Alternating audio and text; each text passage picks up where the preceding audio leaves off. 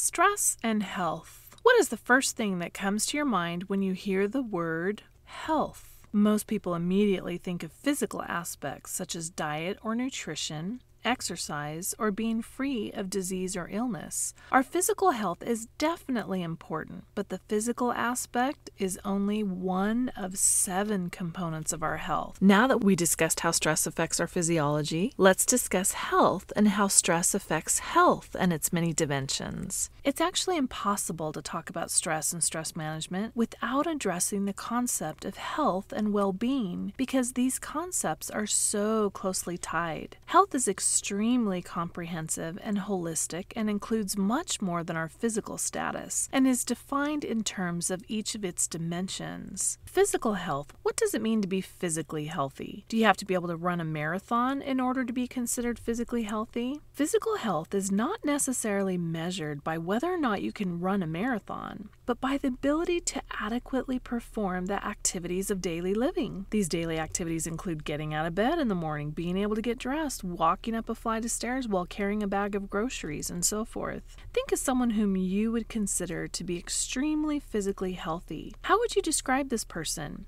Do they exercise on a regular and consistent basis? Do they eat healthy foods the majority of the time? Are they at an ideal weight? On the flip side, think of someone who is incredibly physically unhealthy. How would you describe this person? Do they smoke? Do they constantly have problems with their physical health? How is their physical health related to stress? Well, physiological stressors, one of the 4 types of stressors, can be very stressful. If any of you have experienced extreme illness or pain for an extended period of time, then you can relate to feeling stressed when your physical health is not up to par. Social health. What does it mean to be socially healthy? Is our social health measured by how many friends we have? Does it mean the more friends you have, the more socially healthy you are? Social health is not necessarily measured by the number of friends you have, but rather how well you relate to other people. Social health has to do with your ability to having satisfying relationships as well as the overall quality with your interaction with others. Think of someone whom you would consider to be socially healthy. How would you describe this person? Do they get along with just about anyone?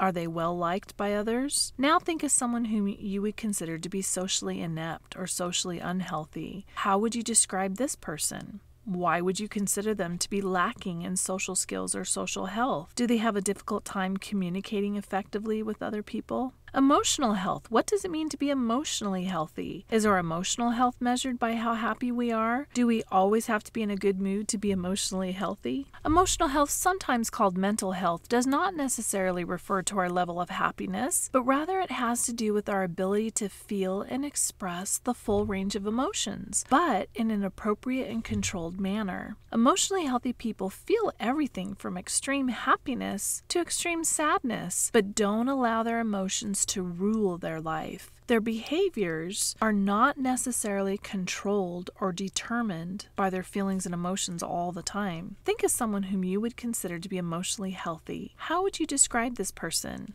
In contrast, what about someone whom you would consider to be emotionally unhealthy? Why would you consider this person to be emotionally unhealthy? What does it mean to be intellectually healthy? Do you have to know a lot of facts to be intellectually healthy? Does your GPA or IQ measure or reflect your intellectual health? Intellectual health does not necessarily have to do with our GPA or IQ, but our ability to have an open mind and learn new things. Think of someone whom you would consider to be intellectually healthy. How would you describe this person? Are they open-minded and like a sponge when it comes to learning new things? Do they seek out learning opportunities? Do they love to learn new things? On the other hand, how would you describe someone who's intellectually unhealthy? Are they closed-minded or unwilling to learn new things? Being asked to step outside the box and learn new things might cause stress in some people. What does it mean to be spiritually healthy? Is our spiritual health measured by how often we go to church? Spiritual health is not necessarily measured by how often we go to church, nor does it necessarily have anything to do with religion. Someone can be extremely spiritual and not necessarily religious, or they can be extremely religious but not very spiritual. Spiritual health refers to having a strong sense of meaning and purpose and direction in life. So based on this definition, think of someone whom you would consider to be spiritually healthy. How would you describe this person? Do they know who they are? Do they know where they're going? Do they have a calling in life? Think of someone whom you would consider to be spiritually unhealthy. Do they lack a sense of meaning and purpose in life? Are they just going through the motions of life? What does environmental health refer to? The preceding 5 components of health have to do with things going on inside a person to a large extent. Environmental health refers to external factors or factors that occur outside the person that may affect the preceding dimensions. Environmental health is the one dimension over which we probably have the least amount of control. Environmental health usually has to do with factors affecting our physical health. Quality of air and water are some examples of factors affecting environmental health. Someone who grew up in a rural area that was completely free of smog and with super clean, healthy water, this would be an example of a healthy environment. But environmental health could also refer to external factors that affect our emotional health. Growing up in an abusive home could affect emotional health and could be considered a factor of environmental health. Our individual environment may contribute tremendously to our feelings of stress. For example, living in an extremely rough neighborhood in which you have to literally dodge bullets or run away from muggers would definitely be stressful. Occupational health. What does occupational health refer to? Occupational health has to do with all of the preceding factors, including environmental health, but as they relate to your place of employment. Think of how many hours by the end of your life you will have spent at work. That's a pretty big chunk of your life. So this dimension of health is an important one. So someone with a high level of occupational health is someone who is employed in a profession and in a setting in which there is a high level of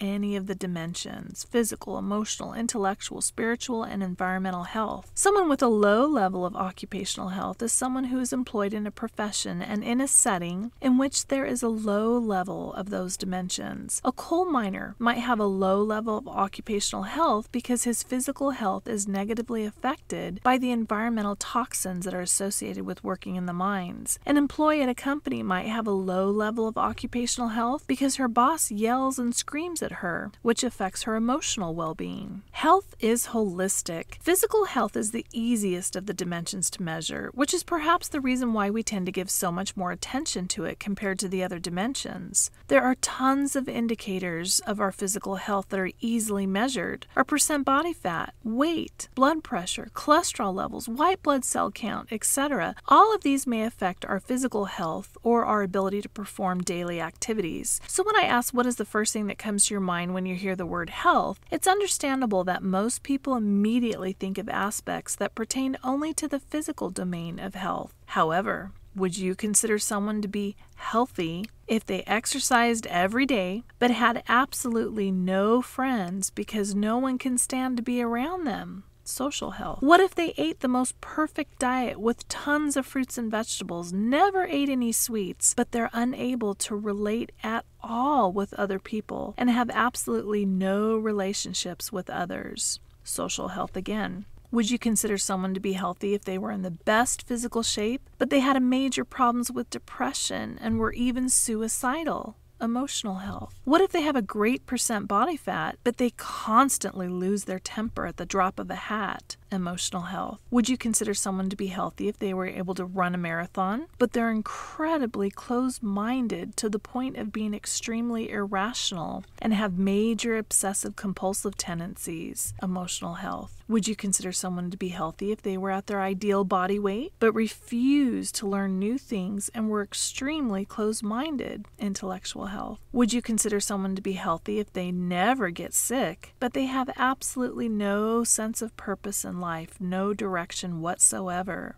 Spiritual health. Health is holistic and comprehensive and includes so much more than physical aspects. In addition to understanding that health is holistic and comprehensive, it's important to understand that the dimensions of health are extremely interrelated, meaning when one dimension is affected, one or more of the other dimensions are affected as well. For example, smoking affects not only our physical health, but perhaps our social health. If you have friends who don't like being around you when you smoke, it might also affect your emotional health if you feel like you need a cigarette in order to relax. Just as your behaviors can affect multiple dimensions of your health, so too can stressors. Getting in a major argument with a good friend, for example, affects your emotional health. You feel frustrated and angry. Your physical health, you might get a stomachache or headache. And your social health, you may not hang out with your friend. Interrelatedness of stress and health. The quality of each dimension of our health may either perpetuate and/or exacerbate a stressful life, or it can contribute to homeostasis and a relatively peaceful life. The point is that our stress levels and our health go hand in hand. You might experience stress when any of the dimensions of your health are lacking, and/or your dimensions of health are affected when you experience stress. Physical health. As I mentioned about physiological stressors, when your physical health is lacking, such as being in pain or being sick, it's definitely stressful and can affect our emotional health as well as our physical health. Social health. How is social health related to stress? Well, a very large percentage of my students have indicated over the years that sociological stressors are among the common type of stressors for them. It can be very stressful when things are not right with your relationships. Going through a breakup, for example, can be very stressful. Emotional health. Feelings of anger, frustration, irritation, etc. obviously are stressful emotions, so your emotional health and feelings of stress are extremely closely tied.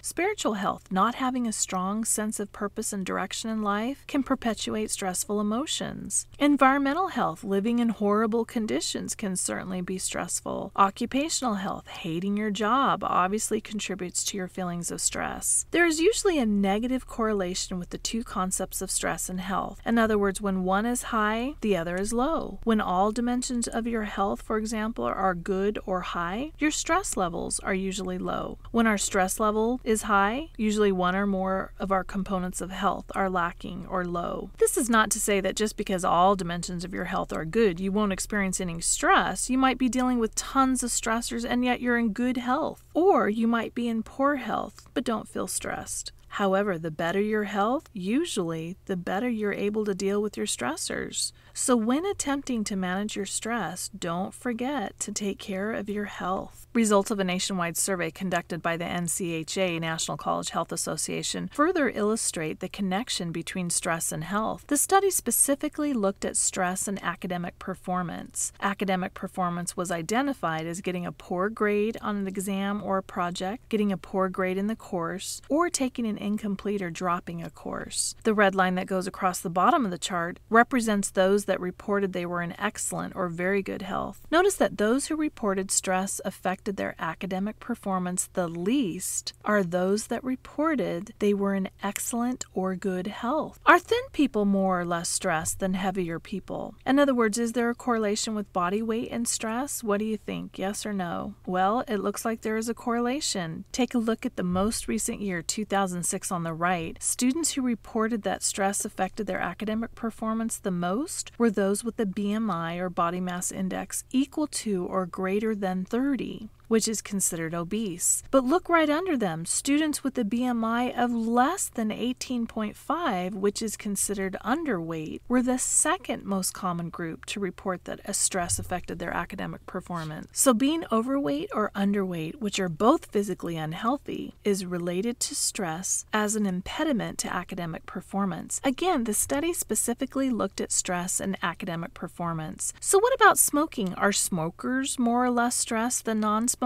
What do you think? Yes or no? So going back to the NCHA study again, it appears that cigarette use was correlated with stress, adversely affecting academic performance. For those who smoked every day of the week, they were affected by stress the most in terms of their academic performance. And those who never smoked were least affected. So again, health and health behaviors are related to perceived stress levels. That's why it's important to take care of your health when attempting to deal effectively with stress. The supplemental video for this lecture is called The Truth About Stress. It's the longest supplemental video that you'll watch. It's just over 14 minutes, but it's good. The speaker, in a sense, is going to make you kind of question everything that you just learned in this lecture. She actually made me question everything I know about stress and stress management. She talks about results of a very interesting study that kind of blows everything we're talking about out of the water. Key points. Health is multidimensional and consists of 7 dimensions. The dimensions of health are interrelated, meaning when one is affected, the others are affected. Stress and health are interrelated. Usually when one is affected, the other is affected, as evidenced by results of the ACHA study, which found that certain health behaviors were correlated with the perception that stress adversely affected academic performance. And that's it for this lecture. So you've just finished the last lecture within the Understanding Stress portion of the class. You now understand what stress is in terms of its definitions and its types. You now understand the role that personality plays and why we stress and other reasons such as our basic human needs not being met. You now understand the very strong mind-body connection and what happens to your body when you stress. And you now understand some health, performance, and behavioral consequences of stress.